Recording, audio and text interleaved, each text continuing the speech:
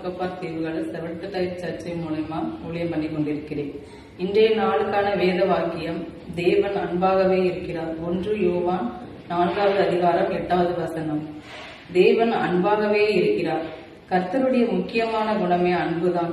அவர் என்றைக்கும் கோபம் கொள்ள மாட்டார், யாரையும் கடிந்து கொள்ள மாட்டார். அவருடைய அன்பு உண்மையானது, நிரந்தரமானது. சில நேரத்துல நம் தாய் தகப்பனுடைய அன்பு கூட குறைந்து விடலாம். ஆனால் கர்த்தருடைய அன்பு ஒரு நாளும் குறையாது. அவருடைய அன்பு நிரந்தரமானது.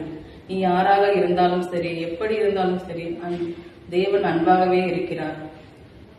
அந்த அன்புக்கு முடிவே கிடையாது. கர்த்தர் இப்போதும் எப்போதும் அன்பாகவே இருக்கிறார். கர்த்தர் தான் இந்த வசனத்தை ஆசீர்வதிப்பாராக. ஆமென்.